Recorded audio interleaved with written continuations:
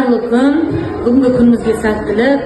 Мен бүгін 11-ші А сыныбына сабақ өткіземін. Бұл естелік сабақ, бұл сыныпқа мен бастауышта сабақ өткіземін. Сол бойынша балалықтан даналыққа атты ашық сабақ өткізбекшімін. Оқушыларыма сәттілік тілеймін. Гүлді көктемім, күндей мектебім, шашатын ертеңіме жарық бартадан, қолсыздық аспанға, жаңа өмір бастауға, жетеміз біз асқарға. Бартадан, қолсыздық аспанға, жаңа өмір бастауға, жетеміз біз асқарға.